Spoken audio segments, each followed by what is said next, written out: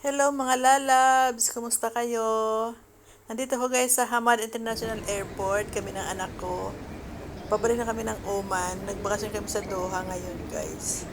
So pabalik na kami ng Oman. 1 week kami sa Doha.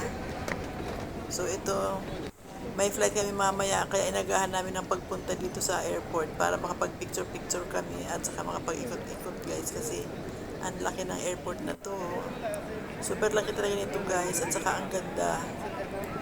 So, lahat-lahat lang kami dyan, guys. Daming tao na naman eh.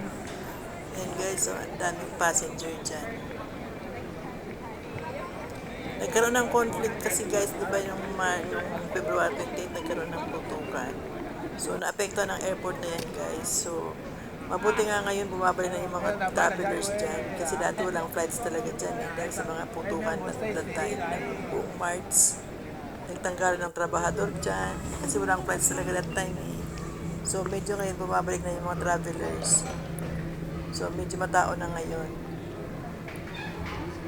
So, lahat-lahat lang kami talaga dyan, guys. Kasi nga, hindi kami sumasakay sa cart para makita namin ng mga iba-ibang tanawin dito sa loob ng airport.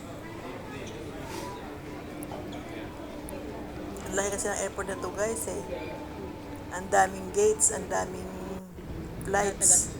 Ang daming mga international airlines nakapark. Qatar Real. So, it's talaga guys ang pinakamalaking Eh, airport na magkapero nakita sa ko. ano? Sa peso. For, Receive tayo kasi nagbigay-bigay din tayo eh. Tina Sis Ange. hindi, kasi nakabili tayo ng 300 plus So, ang daming 100 plus tao, kay naglalakad Usoy. lang po sila. Sa Usoy. Saka yung Pero lahat yung iba ng mga napapagod, natin yan, nagtitrain sila. yung mga taxi. Nagtitrain, nagbo-ball card, nag-walkalator. Nakasama Pero kami ng guys, Quezon. madalas kami naglalakad-lakad din. Pero pag napapagod kami, sumasakay din kami sa sa train. Mamaya pag break namin, pagpunta namin sa gate na kung saan kami naka-assign, magti-train na kami kasi medyo malayo na narating namin eh. So iikot kami dito guys sa buong airport para makita namin ang mga magandang bagay dito, mga magandang tanawin dito.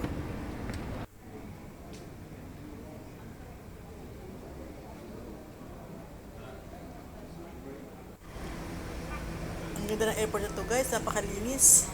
At saka napakalaki talaga. Sobrang laki ng airport na to. Kaya kung ang flight mo ay talagang pang mabilisan, may iwanan ka ng airplane. Kailangan talaga 3 hours nandiyan ka na sa loob para makapasal-pasal ka. Pero kung yung mga 2 hours layover lang, talagang mahihirapan ka sa Doha galing airport. guys. Ang ganda-ganda oh.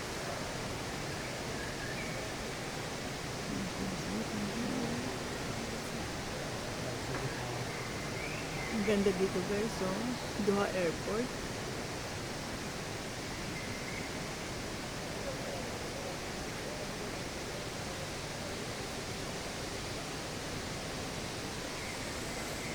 Yun guys, so, naka-walkerator na kami dyan kasi medyo pagod na kami eh. Nag-walkerator kami dyan. Kasi ang layo pa na pupuntahan namin eh. Pupunta pa kami sa garden. Malayo ang garden guys eh. Yung garden kasi napakaganda. May mga puno talaga, mga totoong halaman talaga sa loob ng airport.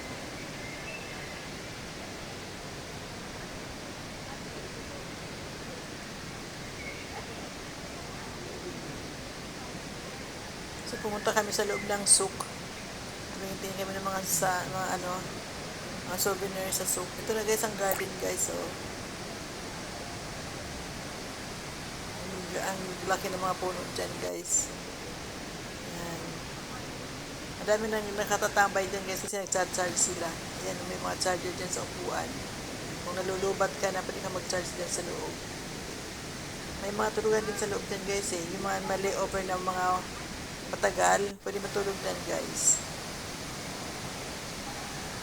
May nakaasal ng mga tulugan dyan eh. Para makapagpahinga yung mga passenger. Ayan guys, so ang ganda ng mga tanim dyan sa loob. Mga totoong halaman yan, no.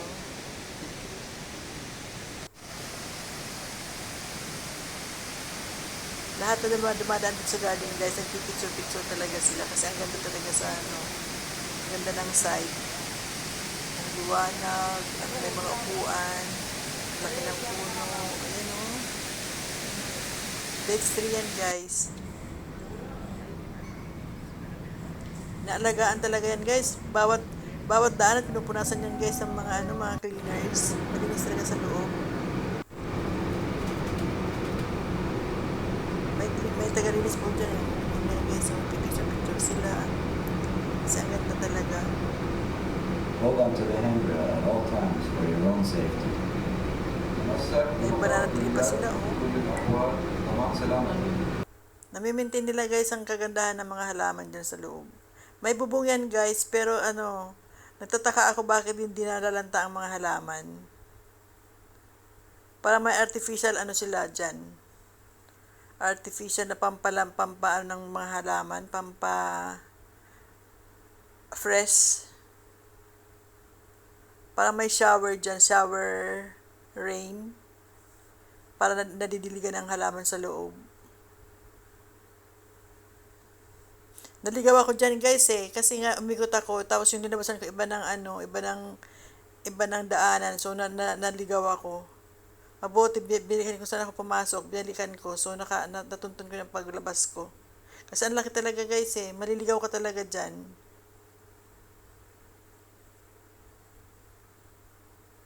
Akala ko isang way lang pala, ang daming way pala niyan.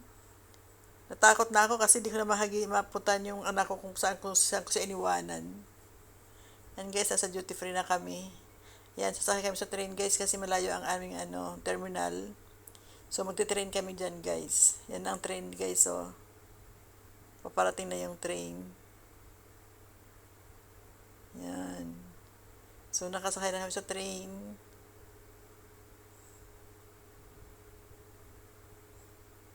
Bye-bye everyone. I hope you enjoy watching my video. Na-miss ko talaga ang Doha Airport guys. Napakaganda. Thank you for watching my vlog. I hope you enjoy. God bless everyone. Bye-bye.